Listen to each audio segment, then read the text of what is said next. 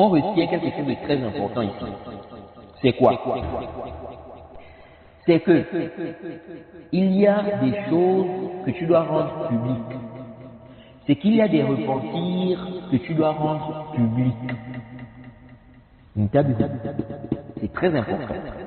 Parce que il y a des égarés, il y a des gens qui ont des ambiguïtés.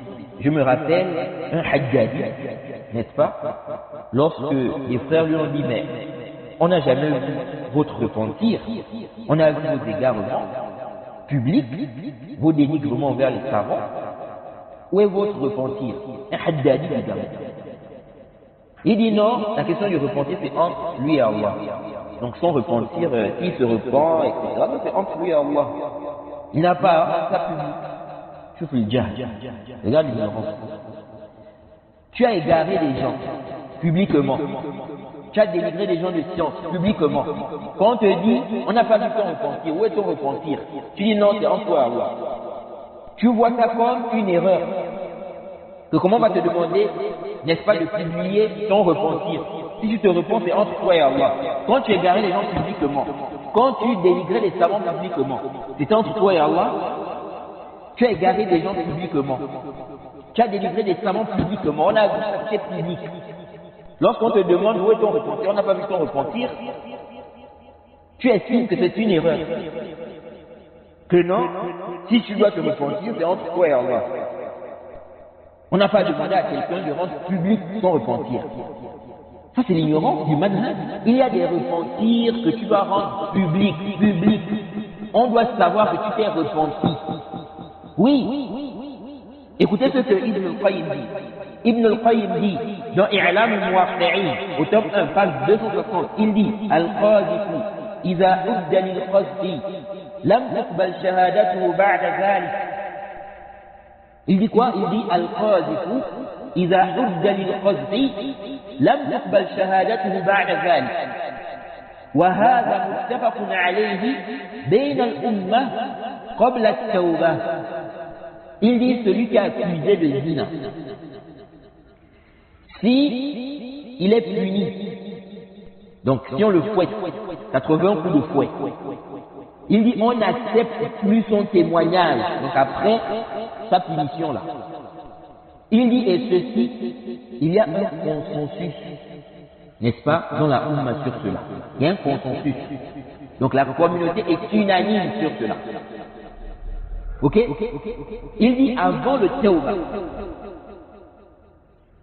Il dit avant le tawbah, avant le repentir. Donc, si quelqu'un, on a appliqué la sentence sur lui, ok? Parce qu'il a accusé de zina. Après ça, on n'accepte pas son témoignage. Il y a consensus sur cela dans la communauté. Mais ça, c'est avant le tawbah, avant le repentir. Maintenant, s'il se repent, est-ce qu'on accepte son témoignage? Ici, il y a divergence comme je l'ai expliqué. Est-ce que vous suivez ça? Mais comment on va savoir qui s'est repenti? C'est là où je voulais en venir. Comment on va savoir qui s'est repenti? Parce qu'on dit ici, on n'accepte pas son témoignage avant le repentir. Donc après le repentir, les savants disent, on accepte son témoignage après le repentir. Mais comment on va savoir qui s'est repenti? Il faut bien qu'il rende ça quoi? Il faut qu'il rende ça public pour qu'on accepte son témoignage. Sinon, comment on va savoir qui s'est repenti? Donc il doit rendre son repentir public. Lorsque les gens du hadith ont parlé du cas de celui qui ment, ensuite il se repent, est-ce qu'on accepte ces riwayat, les hadiths qu'il va rapporter? Les savants ont divergé. On a parlé de cette question dans le livre là, je crois. Mais comment on va savoir qui s'est repenti s'il ne rend pas ça public? Donc il y a des repentirs que tu dois rendre publics. Ce n'est pas juste non, c'est entre moi et Allah. Non. Oui, c'est vrai, il y a des péchés, il y a des choses. Lorsque tu commets ça, ton repentir, c'est seulement entre toi et Allah. Tu n'as pas à rendre ça public. Ok? Mais il y a des repentirs que tu dois rendre publics. Ça doit être public. On doit savoir que tu t'es repenti. Donc tu égarais les gens, hein? Tu propageais des innovations, des égarements, des faussetés. Tu dois rendre public ton repentir. Ok? On a besoin de ça. Parce que les gens vont questionner sur un tel, est-ce qu'il est sur une bonne voie? Ok? Donc tu dois rendre public ton repentir. Et non de rester comme ça, tu as égaré les gens, tu as propagé des faussetés, et tu t'entêtes, tu dis non, le repentir c'est entre moi et Allah. Ah bon? Et nous on va toujours te considérer comme on t'a considéré. Parce qu'on ne voit pas ton repentir. Et je vais faire un PDF sur ce sujet-là. Le titre du PDF c'est quoi? Un principe de manhaj important à connaître. C'est un PDF de 6 pages. Donc si vous écrivez dans la chaîne Telegram, à barre de recherche, un principe de manhaj important à connaître, une fois que vous allez tomber sur ce PDF de 6 pages.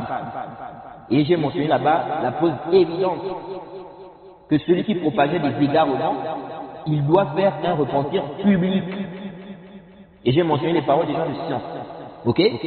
Ça montre ici qu'il y a des repentirs qu'on doit rendre publics.